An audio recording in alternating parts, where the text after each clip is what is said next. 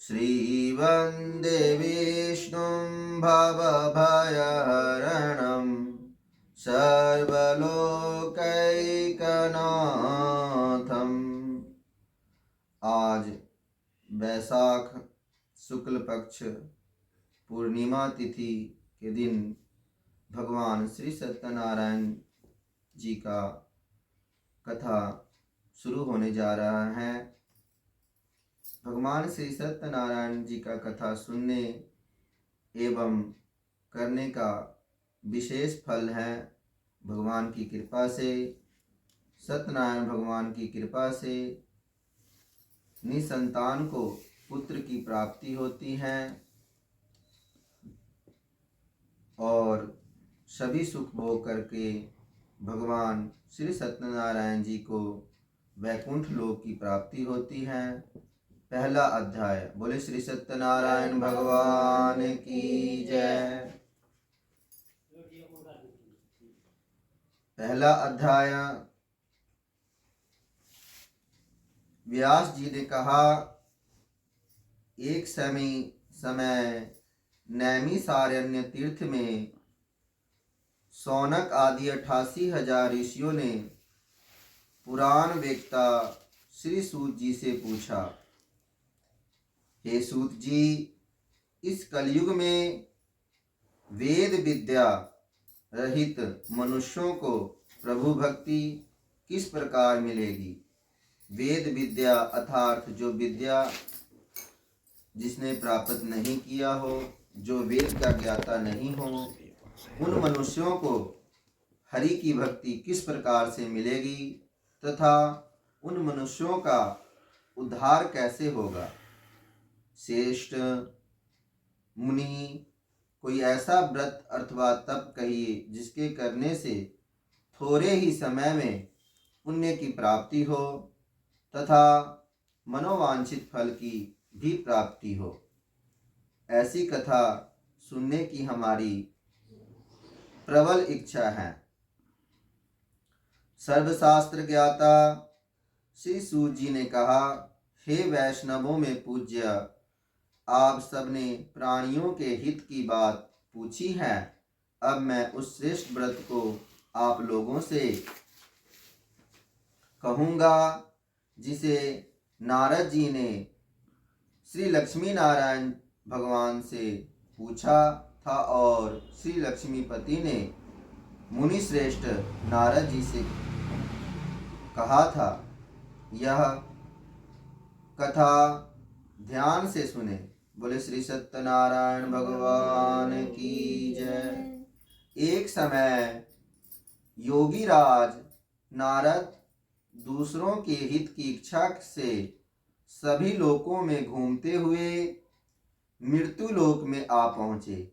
यहाँ अनेक योनियों में जन्मे प्रायः सभी मनुष्यों को अपने अपने कर्मों के अनुसार अनेक दुखों से दुखित एवं पीड़ित देखकर उन्होंने विचार किया कि किस यत्न के करने से कौन सा ऐसा काम करें जिसके करने से निश्चय ही प्राणियों के दुखों का नाश हो सकेगा।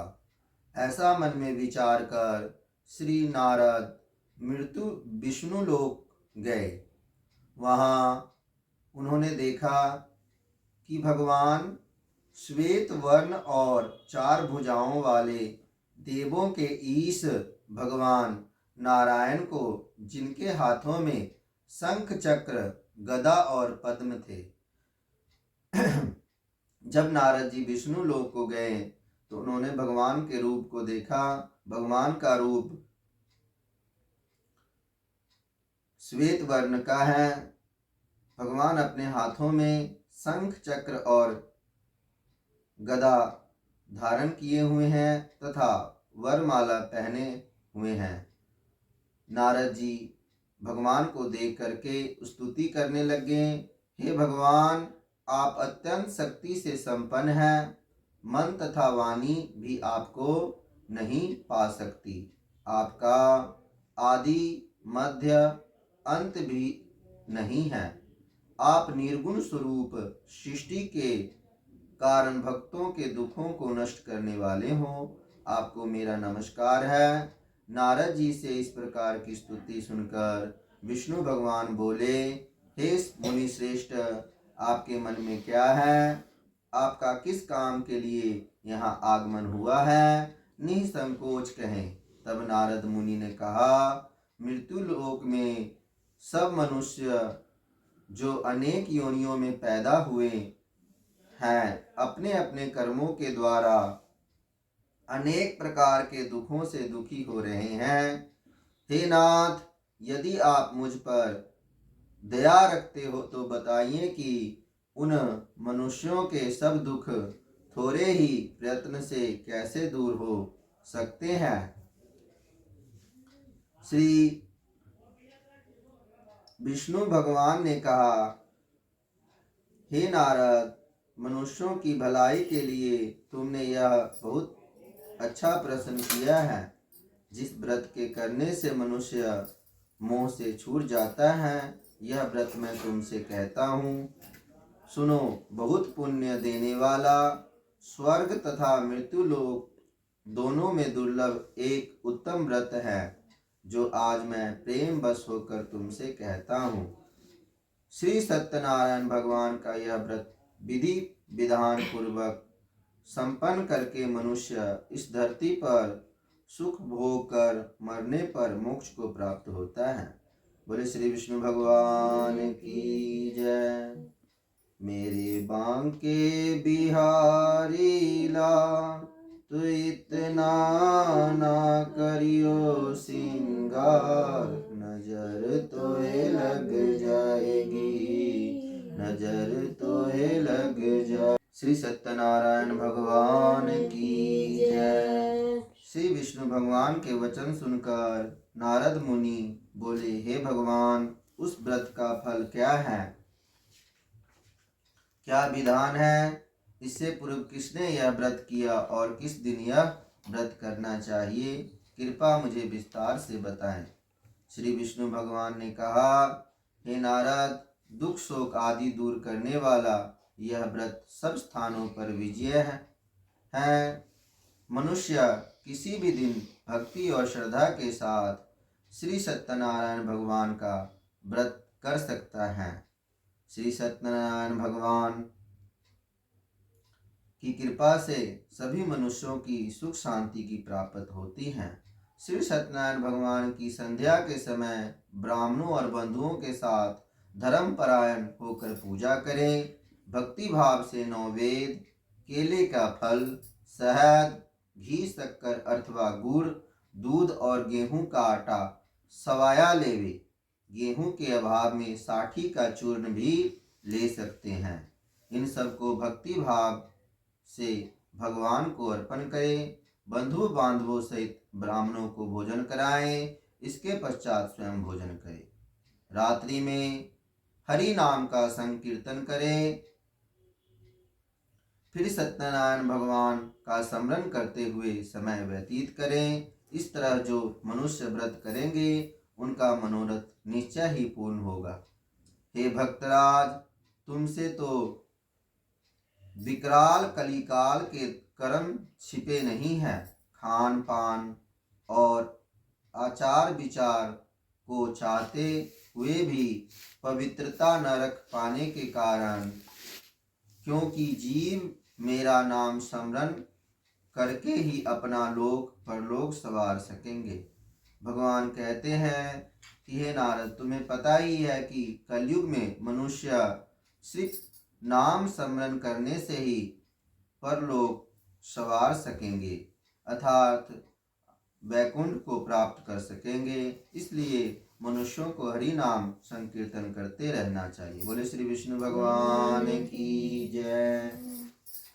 द्वितीय अध्याय। सूत जी ने कहा, हे ऋषियों, जिन्होंने पहले समय में इस व्रत को किया है उनका इतिहास कहता हूँ, आप सब ध्यान से सुने। सुंदर काशीपुर पुरी नगरी में एक अत्यंत निर्धन ब्राह्मण रहता था।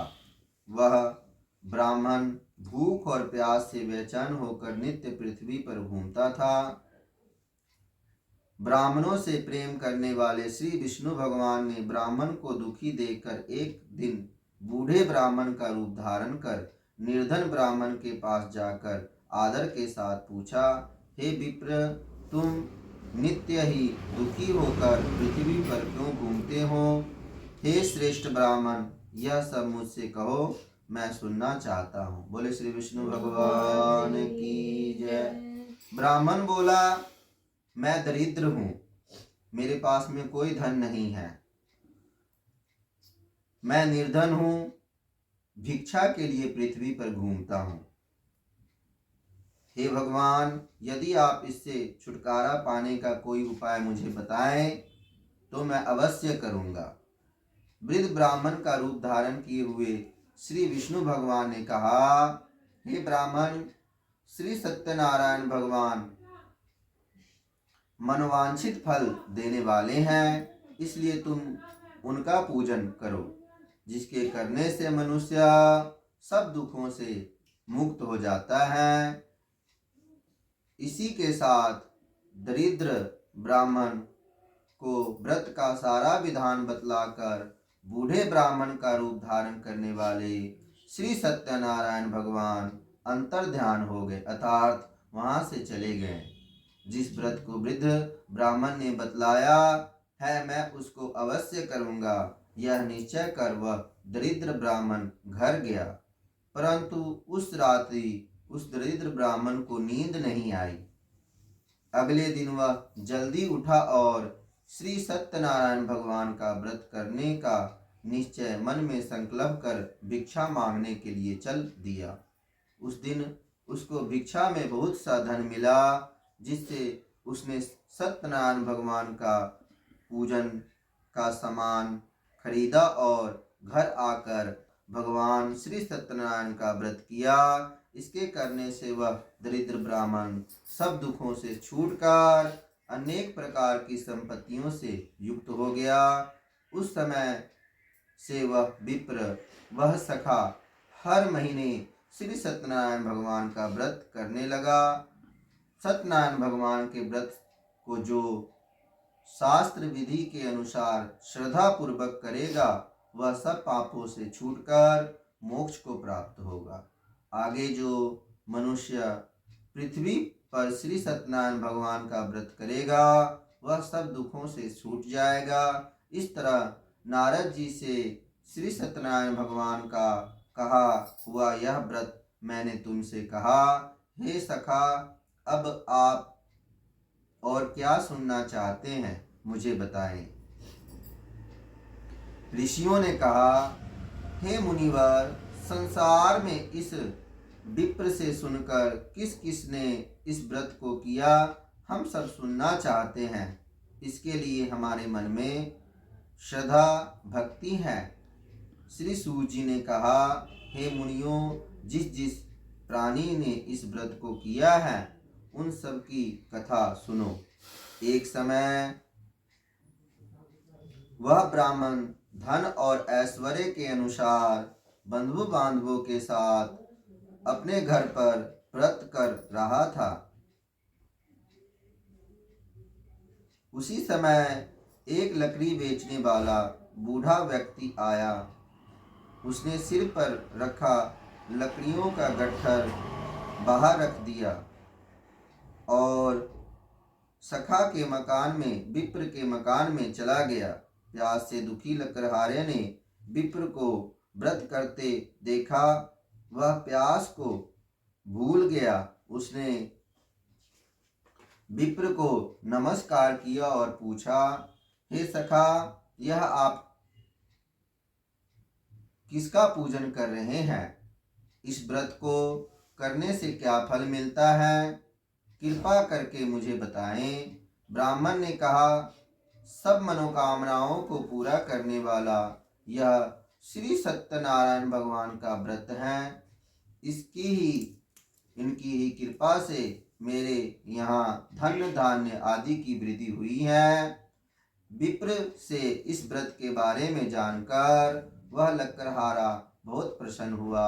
भगवान का चरणामृत ले और भोजन करने के बाद वह अपने घर को चल गया। चला गया। अगले दिन लकड़हारे ने अपने मन में संकल्प किया कि आज गांव में लकड़ी बेचने से जो धन मिलेगा उसी से श्री सत्यनारायण भगवान का उत्तम व्रत करूंगा। यह मन में विचार कर वह लकड़हारा लकड़ियों का गट्ठर अपने सिर पर रखकर जिस नगर में धनवान लोग रहते थे ऐसे सुंदर नगर में गया। उस दिन उसे उन लकड़ियों का दाम पहले दिनों से 4 गुना ज्यादा मिला। तब वह बूढ़ा लकड़हारा अति प्रसन्न होकर पके केले की शक्कर, शहद, घी, दूध, दही और गेहूं का चूर्ण इत्यादि श्री सत्यनारायण भगवान के व्रत की सभी सामग्री लेकर अपने घर आ गया। फिर उसने अपने बंधु बांधवों अर्थात सखा मित्रों को बुलाकर भगवान श्री सत्यनारायण का विधि विधान के साथ भगवान का पूजन किया, व्रत किया। उस व्रत के प्रभाव से वह बूढ़ा लकड़हारा धन पुत्र आदि से युक्त हुआ और संसार के समस्त सुख भोगकर वैकुंठ को चला गया। बोले श्री सत्यनारायण भगवान की जय।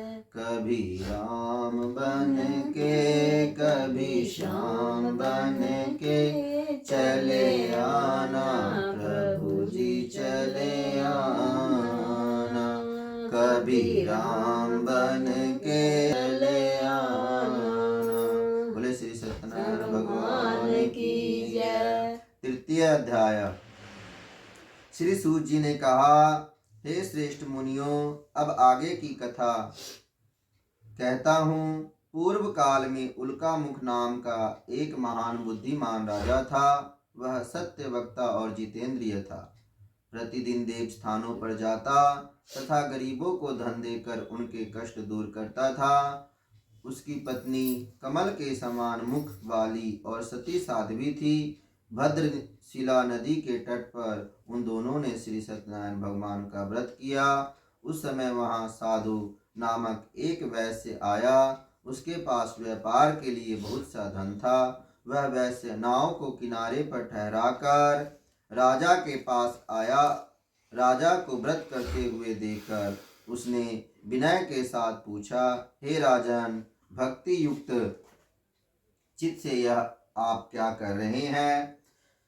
मेरी सुनने की इच्छा है, कृपया आप यह मुझे भी बताएं। महाराज उल्कामुख ने कहा, हे साधु वैश्य, मैं अपने सखा मित्रों के साथ, बंधु बांधवों के साथ पुत्र आदि प्राप्ति के लिए श्री सत्यनारायण भगवान का महाशक्तिमान व्रत कर रहा हूँ, वह पूजन कर रहा हूँ। राजा के वचन सुनकर साधु नामक वैश्य ने आदर से कहा, हे राजन, मुझे भी इसका सब विधान बताएं।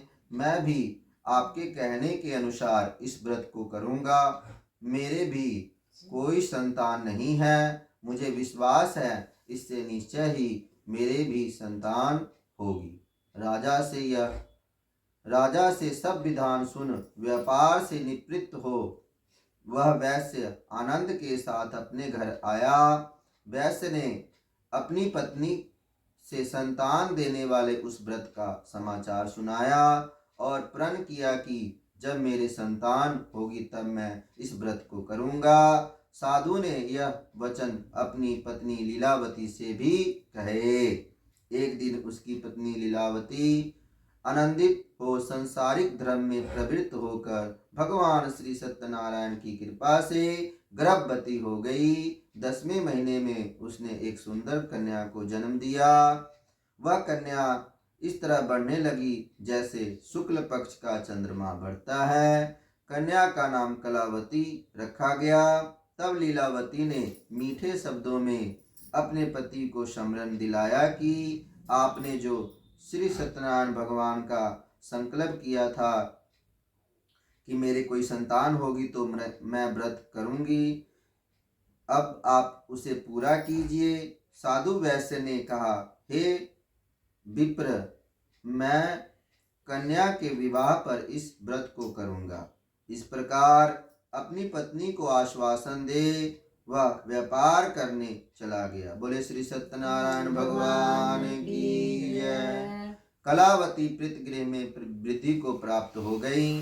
लौटने पर साधु ने जब नगर में सखियों के साथ अपनी पुत्री को खेलते देखा तो दूत को बुलाकर कहा कि उसकी पुत्री के लिए कोई सुयोग्य वर देकर लाओ।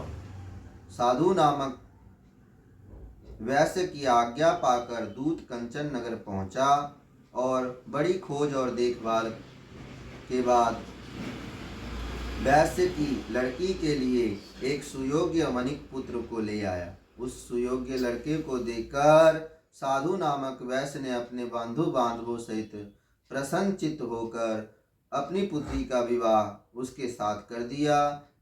किंतु दुर्भाग्य से वह विवाह के समय भी सत्यनारायण भगवान का व्रत करना भूल गया। इस पर श्री भगवान सत्यनारायण भगवान क्रोधित हो गए। उन्होंने वैश्य को श्राप दिया कि तुम्हें दारुण दुख प्राप्त होगा। बोले श्री सत्यनारायण भगवान की जय। अपने कार्य में कुशल साधु नामक वैश्य अपने जमाया सहित नावों को लेकर व्यापार करने के लिए समुद्र के समीप स्थित रत्न शारपुर नगर में गया। दोनों ससुर जमाई चंद्रकेतु राजा के उस नगर में व्यापार करने लगे। एक दिन भगवान श्री सत्यनारायण भगवान की माया से प्रेरित एक चोर राजा का धन चुराकर भागा जा रहा था। राजा के दूतों को अपने पीछे वेग से आते देखकर चोर ने घबराकर राजा के धन को वहीं नाव में चुपचाप रख दिया जहां वे ससुर जमाई ठहरे हुए थे और भाग गया। बोले श्री सत्यनारायण भगवान की जय। जब दूतों ने उस साधु वैश्य के पास राजा के धन को रखा देखा तो ससुर जमाता दोनों को बांध कर ले गए और राजा के समीप जाकर बोले, यह दो चोर हम पकड़ कर लाए हैं। राजा की आज्ञा से उनको कठिन कारावास में डाल दिया गया। इस प्रकार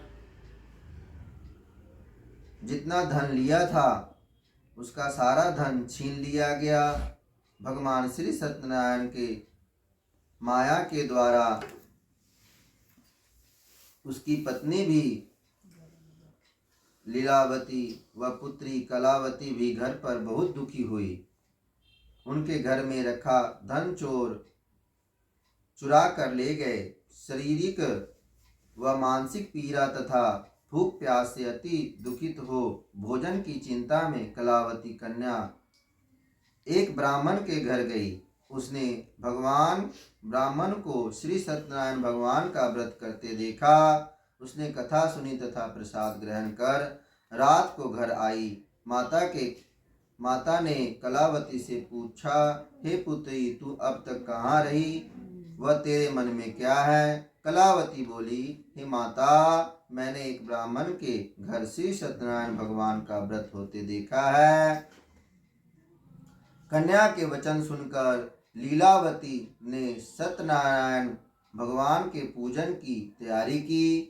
उसने परिवार और बंधुओं सहित मित्रों सहित श्री सत्यनारायण भगवान का व्रत एवं पूजन किया और वर मांगा कि मेरे पति और दामाद शीघ्र ही घर लौट आएं। साथ ही प्रार्थना की, हे प्रभु, हम सबका अपराध क्षमा करो। श्री सत्यनारायण भगवान इस व्रत से प्रसन्न हो गए, संतुष्ट हो गए।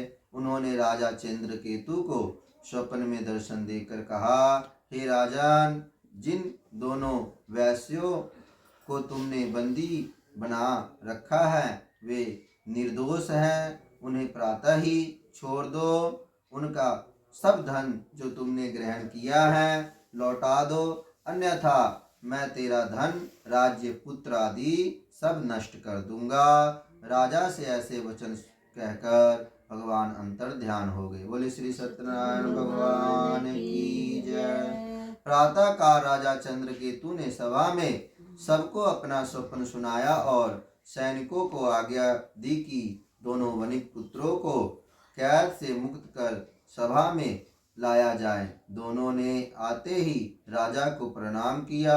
राजा ने कोमल वचनों से कहा, हे महानुभावों, तुम्हें भावीवश ऐसा कठिन दुख प्राप्त हुआ है। अब तुम्हें कोई भय नहीं, तुम मुक्त हो। इसके बाद राजा ने उनको नए नए वस्त्राभूषण पहनाए तथा उनका जितना धन लिया था उससे 2 गुना धन देकर आदर सहित विदा किया। दोनों वैश्य अपने घर को चल दिए। बोले श्री सत्यनारायण भगवान की जय। श्री सूत जी ने कहा, सूत जी ने आगे कहा, वैश्य ने मंगलाचार करके यात्रा आरंभ की और अपने नगर को चला। चतुर्थ अध्याय। श्री सूत जी ने आगे कहा, वैश्य ने मंगलाचार करके यात्रा आरंभ की और अपने नगर को चला। उनके थोड़ी दूर आगे बढ़ने पर दंडी वेशधारी श्री सत्यनारायण भगवान ने उनसे पूछा, हे साधु, तेरी नाव में क्या है? अभिमानिक वणिक हंसता हुआ बोला, हे दंडी, आप क्यों पूछते हो? क्या धन लेने की इच्छा है? मेरी नाव में बेल और पत्ते भरे हुए हैं।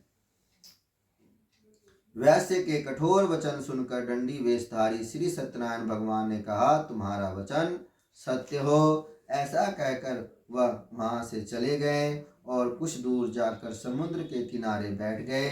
दंडी महाराज के जाने के पश्चात वैश्य ने नित्य क्रिया से निवृत्त होने के बाद नाव को उठी देखकर अचंभा किया तथा नाव में बेल पत्ते आदि देखकर मूर्छित होकर जमीन पर गिर पड़ा। मूर्छा खुलने पर अत्यंत शोक प्रकट करने लगा। तब उसके जमाता ने कहा, आप शोक न करें, यह दंडी महाराज का श्राप है, अतः उनकी शरण में ही चलना चाहिए। बोले श्री सत्यनारायण भगवान की जय। तभी हमारी मनोकामना पूरी होगी। जमाता के वचन सुनकर वह साधु नामक वैश्य साधु महाराज के पास पहुंचा और अत्यंत भक्ति भाव से प्रणाम करके बोला, मैंने जो आपसे असत्य वचन कहे थे उनके लिए मुझे आप क्षमा करें। ऐसा कहकर महान शोकातुर हो रोने लगा। तब दंडी भगवान बोले, हे वणिक पुत्र, मेरी आज्ञा से बार बार तुझे दुख प्राप्त हुआ है। तुम मेरी पूजा से विमुख हुआ है। साधु नामक वैश्य ने कहा, हे भगवान, आपकी माया से ब्रह्मा आदि देवता भी आपके रूप को नहीं जान पाते, तब मैं अज्ञानी भला कैसे जान सकता हूँ? आप प्रसन्न होइए, मैं अपनी समर्थ के अनुसार आपकी पूजा करूँगा। हे प्रभु, मेरी रक्षा करो और पहले के समान मेरी नौका को धन से भर दो। उसके भक्ति युक्त वचन सुनकर श्री सत्यनारायण भगवान प्रसन्न हो गए और उसकी इच्छा अनुसार वर देकर अंतर ध्यान हो गए। बोले श्री सत्यनारायण भगवान की जय। तब वह ससुर व जमाया दोनों ने नाव पर आकर देखा कि नाव धन से परिपूर्ण है। फिर वह भगवान श्री सत्यनारायण का पूजन कर साथियों सहित अपने नगर को चला। जब वह अपने नगर के निकट पहुंचा तब उसने एक दूत को अपने घर भेजा। दूत ने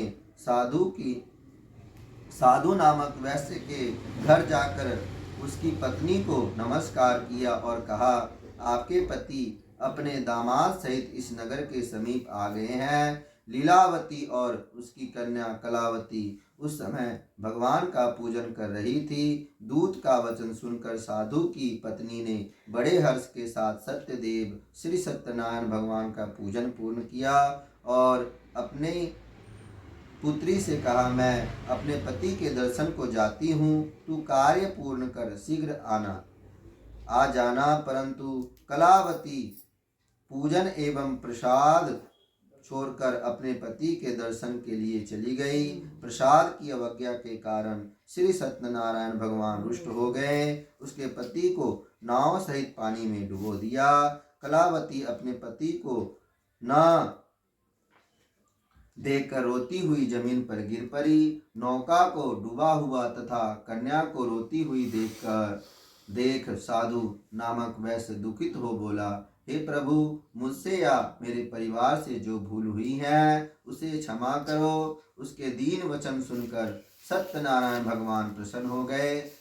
फिर आकाशवाणी हुई, हे वैश्य, तेरी कन्या मेरे प्रसाद को छोड़कर आई है, इसलिए इसका पति अदृश्य हुआ है। यदि वह घर जाकर प्रसाद खाकर लौटे तो इसे इसका पति अवश्य मिलेगा। आकाशवाणी सुनकर कलावती ने घर पहुंचकर भगवान का प्रसाद खाया और फिर आकर अपने पति के दर्शन किए।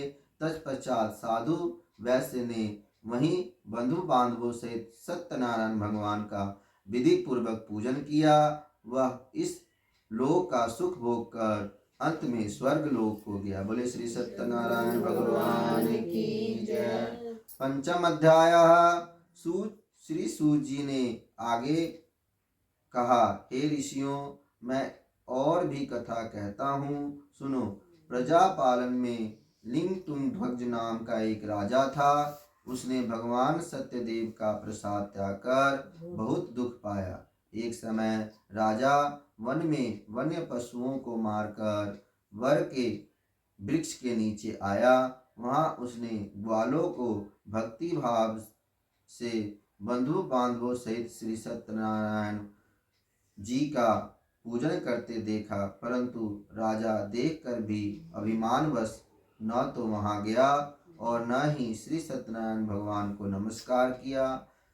जब ग्वालों ने भगवान का प्रसाद उसके सामने रखा तो वह प्रसाद त्याग कर अपने नगर को चला गया। नगर में पहुंचकर उसने देखा कि सब कुछ नष्ट हो गया है। वह समझ गया कि यह सब भगवान श्री सत्यनारायण की माया से हुआ है। तब वह उसी स्थान पर वापस आया और ग्वालों के समीप गया और विधि पूर्वक पूजन कर प्रसाद खाया तो श्री सत्यनारायण भगवान की कृपा से सब कुछ पहले जैसा ही हो गया और दीर्घ काल तक सुख भोग कर मरने पर स्वर्ग को गया। बोले श्री विष्णु भगवान की जय। जो मनुष्य इस परम दुर्लभ व्रत को करेगा, श्री सत्यनारायण भगवान की कृपा से उसे धन्य दान की प्राप्ति होगी। बंदी बंधन से मुक्त होकर निर्भय हो जाता है। संतानहीनों को संतान की प्राप्ति होती है तथा सब मनोरथ पूर्ण होकर अंत में वैकुंठ धाम को जाता है। जिन्होंने पहले इस व्रत को किया, अब उनके दूसरे जन्म की कथा भी सुनिए। सतानंद नामक वृद्ध ब्राह्मण ने यह व्रत किया जिसने सुदामा के रूप में जन्म लेकर श्री कृष्ण की भक्ति कर मोक्ष प्राप्त किया। श्री कृष्ण गोविंद हरे मुरारे, हे नाथ नारायण वास। बोले श्री सत्यनारायण भगवान की जय। उल्का मुख नाम के राजा महाराज इस व्रत के पुण्य से राजा दशरथ बने और श्री रंगनाथ का पूजन कर मृत्यु के बाद वैकुंठ को प्राप्त हुए। साधु नाम के वैश्य ने सत्य प्रतिज्ञ राजा मोरध्वज बनकर अपने पुत्र को आरे से चीर कर मोक्ष की प्राप्ति की। वह भी इसी व्रत का फल था। इस तरह महाराज तुंगध्वज स्वयं भू मनु हुए, जिन्होंने बहुत से लोगों को भगवान की भक्ति में लीन कर मोक्ष प्राप्त किया। लक्कड़हारा भील अगले जन्म में गुह नामक निषाद राजा हुआ, जिसने भगवान राम के चरणों की सेवा कर मोक्ष की प्राप्ति की। बोले श्री सत्यनारायण भगवान की जय। श्री बांके बिहारी लाल की जय।